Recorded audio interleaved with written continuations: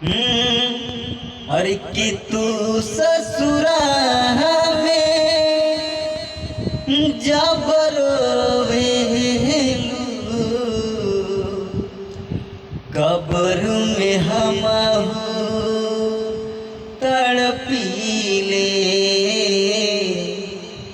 कि तू ससुरा में जबरोवेलू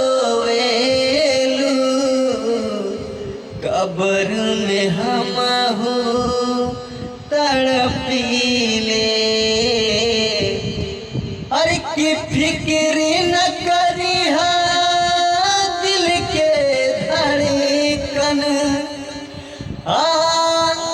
फिक्र न करी अरे की दिल के धड़कन याद करके बहुत रोवेला तू ससुरा में जब रोवेलू कब्र में हम रोईला। चलिए आई हम अपने के छोट भाई मिथिलेश प्रेमी और जितना इस वीडियो को देख रहे हैं सभी को प्रणाम करता हूँ, नमस्कार। और बताएं क्या हालचाल है अपने लोगों के।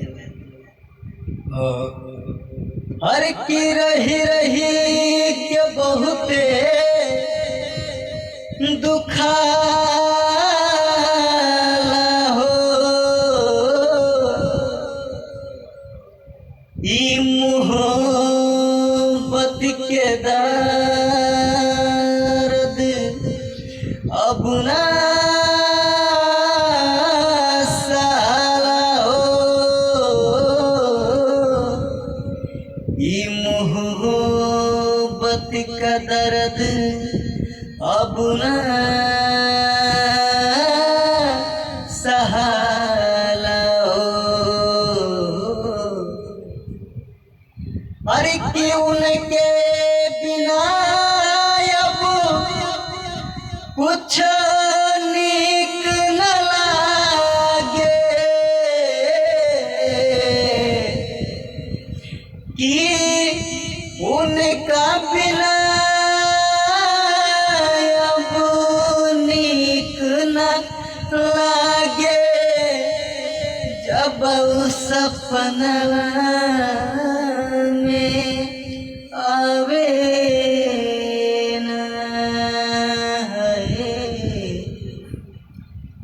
अब तो दर्दिया तनिको न सहाला जब हम के नाली।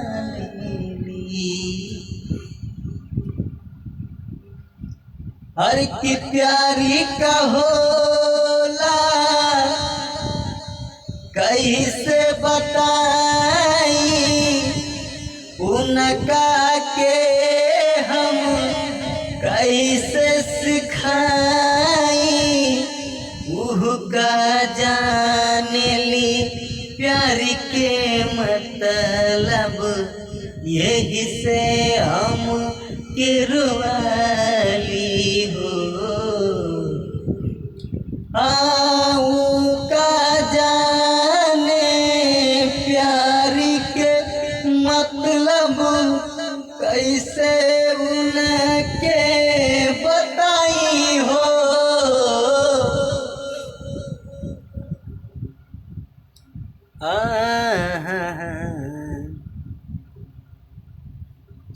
और सैड सॉन्ग जितना अच्छा लगता है गाने में भी और मुझे सुनने में भी बड़ा मस्त लगता है। किसी का भी सैड सॉन्ग हो बड़े प्यार से सुनते हैं हम और सैड सॉन्ग गाते भी हैं थोड़ा थोड़ा कभी कभी।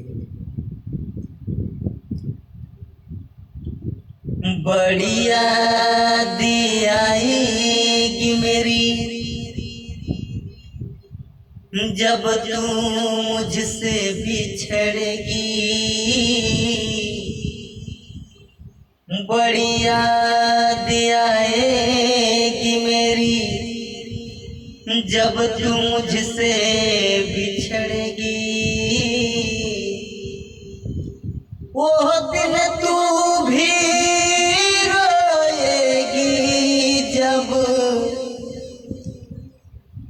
हाथ में मेहंदी लगेगी, वो दिन तू भी रोएगी बहुते, जब हरदिया लगेगी।